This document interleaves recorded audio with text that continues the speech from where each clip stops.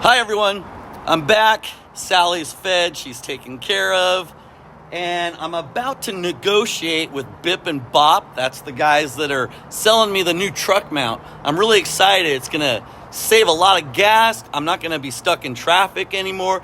It's the latest and greatest in carpet and upholstery cleaning.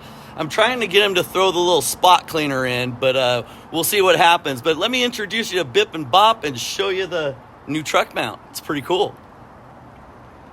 So that's Bip, that's Bop, and there's the new Truckmount. I guess it's called a space mount, really, but isn't that cool? Pretty state of the art. And then they got a spot cleaner they're trying to sell me, but I want them to throw it in because this thing is expensive.